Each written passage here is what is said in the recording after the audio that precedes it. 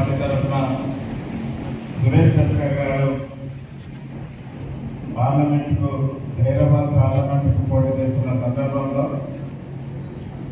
ఈ ప్రాంతంలో ఉన్న रूफा अनअम बिनते हादी उज़्ज़मा 890 आउट ऑफ 1000 किया है। इसके बाद तमाम कामिया तिलबा और औलिया तिलबा को तहनीत व मुबारकबाद पेश की गई। जनाब Abdul Furqan Shaheen group of institute ने तमाम को ढेर सारी मुबारकबादें भी पेश की गई। पेश इस खसूस में मज़ीद तफसीलात SMS न्यूज़ चैनल के साथ।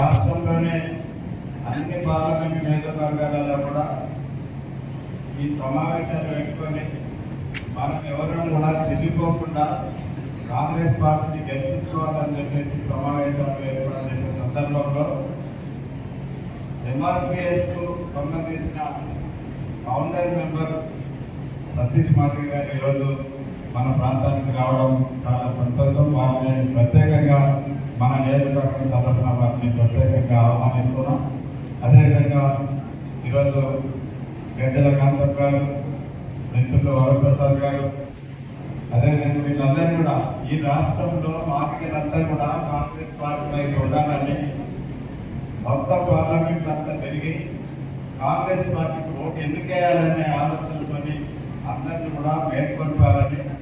ఎందుకంటే గడిచిన 10 సంవత్సరాల పాటు కేసీఆర్ మాటలకు మోసపోయి దళితులు కూడా కేసీఆర్కి ఓటేసి కాంగ్రెస్ను ఆ రోజు 10 సంవత్సరాల పాటు గెలవకుండా చేసిన పరిస్థితుల్లో ఈరోజు దాని ఆవశ్యకత ఉంది అనే ఉద్దేశంతో ఈ యొక్క ప్రోగ్రాం పెట్టుకున్న సందర్భంగా ఇక్కడ వేదిక మీద ఉన్న కాంగ్రెస్ పార్టీ నాయకులకి అందరికీ కూడా ప్రత్యేకంగా నా హృదయపూర్వకమైన నమస్కారాలు.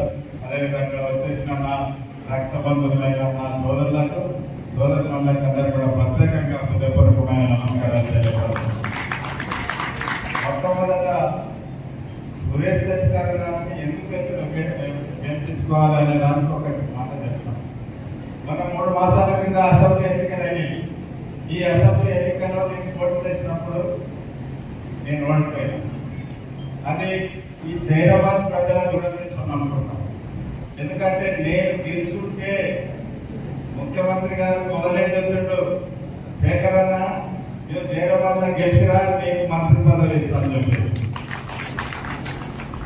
ఒకవేళ నేను గెలుచుంటే మంత్రి అయితే ఈ ప్రాంతంలో 5 సంవత్సరాల లోపల ఊహించని రీతిలో మన వాళ్ళని అందరినీ కూడా అభివృద్ధి పరచుకోవడానికి అవకాశం ఉండేది. ఈ ప్రాంతాన్ని అంతా కూడా అభివృద్ధి పరచుకోవడానికి అవకాశం ఉండేది. సరే, ఒకటి మిస్ అయింది, కానీ ఇంకొకటి మిగిలి ఉన్నది. సురేష్ శెట్కర్ గారు సీనియర్ నాయకుడు. ఆయన ఎక్కడ కూడా మచ్చలేని వ్యక్తి, ప్రతి ఒక్కరిని కూడా పలకరించే వ్యక్తి. సురేష్ అన్న అంటే నేను ఉన్నాను అనే వ్యక్తి. ఈరోజు ఆయన సీనియర్ వ్యక్తిగా ఈరోజు మన పార్లమెంట్ మెంబర్గా గెలుచుకుంటే రేపు కేంద్రంలో సురేష్ శెట్కర్ గారు మంత్రి అవుతారు. కాబట్టి ఈ అవకాశాన్ని కోరుకుంటున్నాం. కాంగ్రెస్ పార్టీకి ఎందుకు ఓటేయాలి ఇప్పుడు, అదేవిధంగా బీజేపీకి ఎందుకు ఓటేయాలి? మీకు అందరికీ తెలుసు, ఈ దేశంలో భారతదేశంలో 543 సీట్లు ఉన్నాయి, ఎంపీ సీట్లు. 400 ఎవరికైతే వస్తే వాళ్ళు రాజ్యాంగాన్ని మార్చిపోయారు అనేసి అవకాశం. మొదటి నుండి కూడా మోడీ గారు 400 సీట్లు కావాలి, 400 సీట్లు కావాలని ఎందుకు అంటున్నాడంటే రాజ్యాంగాన్ని మార్చడానికి అవకాశం ఉంటుంది. కాబట్టి 400 సీట్లు వచ్చిన మరుక్షణంలో ఈ భారతదేశంలో ఉన్న రాజ్యాంగాన్ని మార్చేసి ఈ దేశంలో ఉన్న ముస్లింలలో, దళితులలో, వెనుకబడ్డ జాతుల వారిని అందరూ కూడా ఎవరికి కూడా రిజర్వేషన్ లేకుండా, ఎవరికి కూడా మాట్లాడే అవకాశం లేకుండా, ఎక్కడ కూడా ఎన్నికలు లేకుండా రాజులాగా పరిపాలన చేయాలనే ఉద్దేశంతో 400 సీట్లు కావాలంటున్నాడు. ఇది మనం గ్రహించాల్సిన అవసరం ఉంది.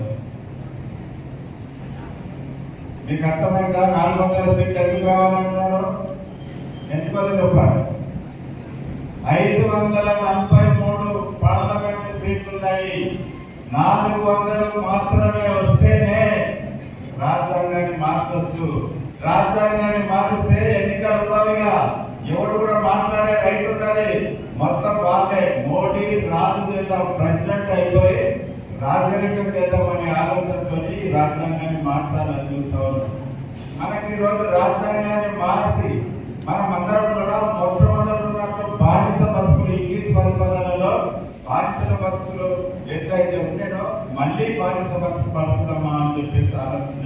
ఈ పెద్ద ఓట్లు మన ఒక ఓటు పోతే ముగిపోలేదు. కానీ ఈరోజు భారతదేశంలో మార్పు రావడానికి అవకాశం ఉన్నది, మనల్ని మనం రక్షించుకోవడానికి అవకాశం ఉన్నది. కాబట్టి జాగ్రత్త పడి బీజేపీకి ఓటు వేయాలని చెప్పేసి మీకు అంటా ఉన్నాను.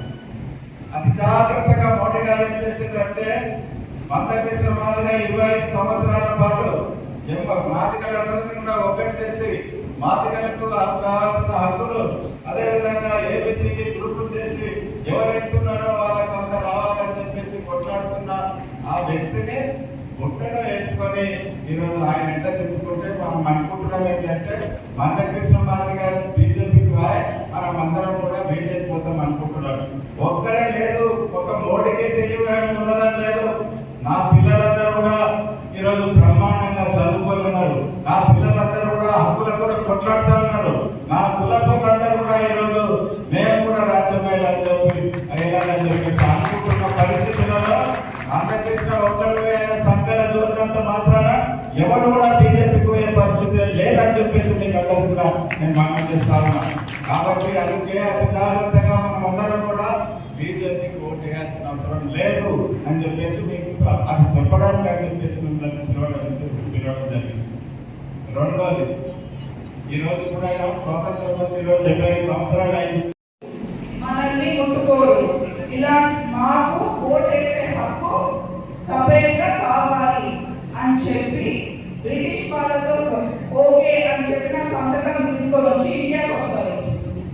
మరి ఈ మాట వినగానే మహాత్మా గాంధీ గారు ఒప్పుకోరు.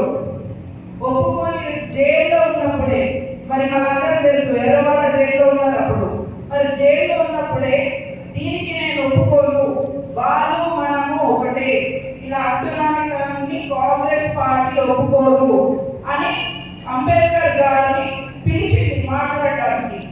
మరి అంబేద్కర్ గారికి ఆలోచిష్టం లేదు, వీళ్ళతో కలిసినా కూడా మనకు సమాన హక్కు ఇవ్వరు అనుకుంది.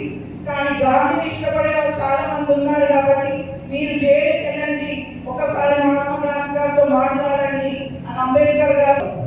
మరి వచ్చిన తర్వాత గాంధీ ఏం కన్విన్స్ చేస్తారు, అంబేద్కర్ గారు ఏమడుగుతారు, మాకు 70 సీట్లు కావాలి, నేను ఓటేసే సీట్లు 70 సీట్లు కావాలి మాకు.